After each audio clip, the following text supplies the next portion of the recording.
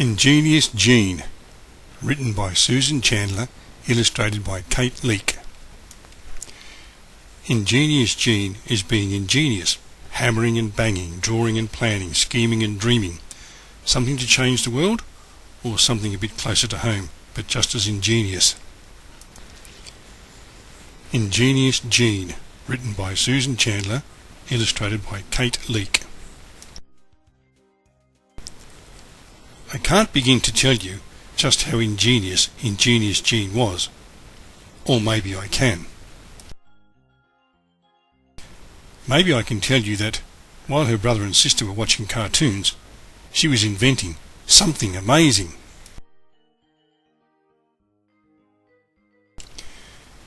Ingenious Jean was searching in her toy box to find some good things to invent with.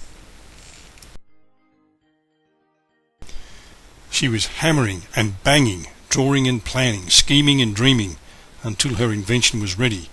She took it in to show her brother and sister.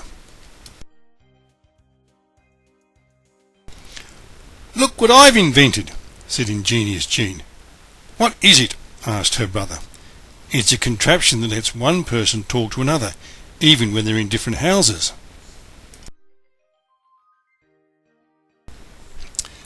They all thought for a moment. "Well, that sounds ingenious," her brother said, picking up the phone to call his friend. "But I'm sure it's been done before." "That doesn't matter," said Ingenious Jean, "because I have another inventing idea." And with that she went back to her room to find some good things to invent with. This time, Ingenious Jean delved deep into her wardrobe.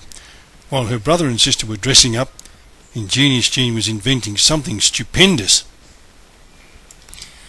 She was hammering and banging, drawing and planning, scheming and dreaming, until, at long last, the invention was ready.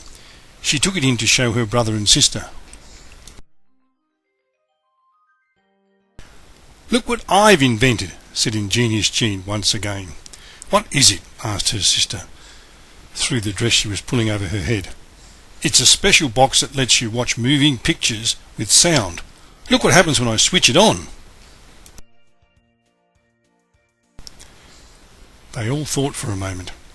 "It does sound ingenious," said her sister, turning on the telly, "but I'm sure it's been done before."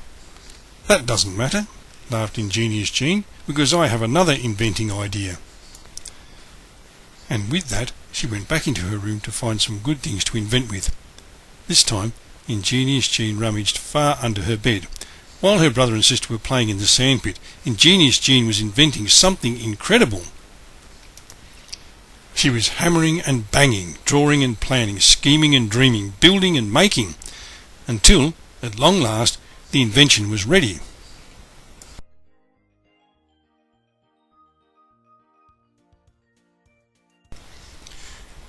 She took it out to show her brother and sister. "Look what I've invented," said Ingenious Jean, feeling very tired. "What is it?" asked her brother, with a bucket on his head. "It's a vehicle that will carry people off into the sky, land in a hot country, and then bring them back after a lovely holiday." They all thought for a moment. "That does sound ingenious," yawned her brother, as he watched a plane leave a trail in the sky. "But I'm sure it's been done before." By now, she had run out of inventing ideas. There was no point in going back into her room to find some good things to invent with. There was no point in hammering and banging, drawing and planning, scheming and dreaming, building and making. So Ingenious Jean decided to forget about inventing marvellous things and wandered into the kitchen to find something to eat.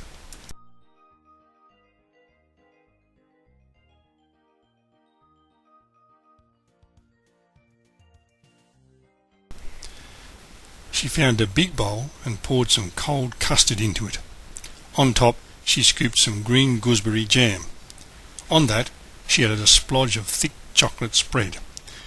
Then on went some lemon curd, and the next layer was a dollop of tomato sauce. Then, to make it even more amazing, she added some salad cream. To make it more stupendous, she added some peanut butter with extra crunch, and, to make it more incredible, she added some blueberry jelly. And then, finally for good luck, a pinch of salt. The bowl had become so full with delicious mixture that it started to spill over the top and down the sides. But Ingenious Jean carefully carried it out to show her brother and sister. "Look what I've made," said Ingenious Jean. Her sister dipped her spade into the bowl and tried some of the mixture. Her brother scooped his bucket into the bowl and tried some of the mixture. "It's never been done before," announced her sister. "This is the tastiest pudding ever," exclaimed her brother. They both thought for a moment. "Ingenious Jean," they said at once. "What a marvellous invention!"